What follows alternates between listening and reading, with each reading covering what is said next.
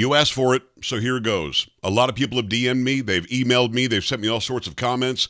Please explain tariffs. I did this in a live the other day, but let me break it down here. One side is against them, the other side is for them.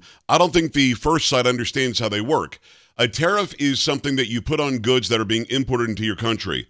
The company pays the tariffs, the importing company. Then many can make the argument that consumers will have to pay more money for the goods. Probably true. But tariffs are a leverage play. Here's what I mean. The United States is a huge economic market.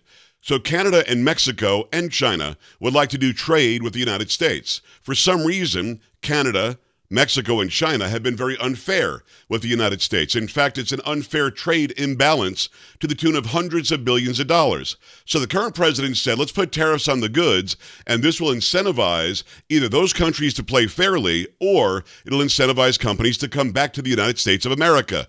Now, many would say, well, how does that work? Well, if you're a Canadian company, or a company in Canada, or a company in Mexico, or a company in China, and you don't want your goods to cost more because of the tariff being put on when they're imported into the United States, you might just move operations into the United States to bypass the tariff. In fact, it's happening. A quick search brought up that Samsung has reviewed plans to shift dryer production from Mexico to its South Carolina plant in response to the 25% tariffs on Canadian and Mexican imports. Pretty good. LG is also weighing moving refrigerator production from Mexico to the U.S. for similar reasons related to tariffs.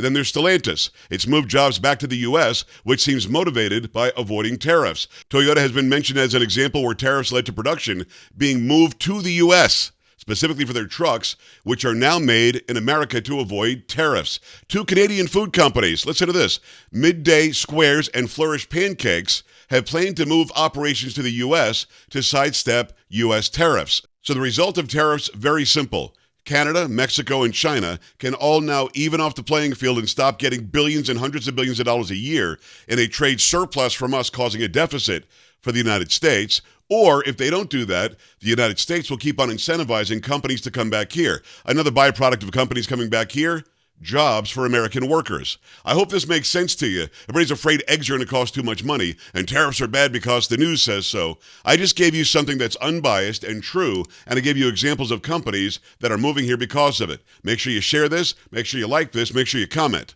Come on!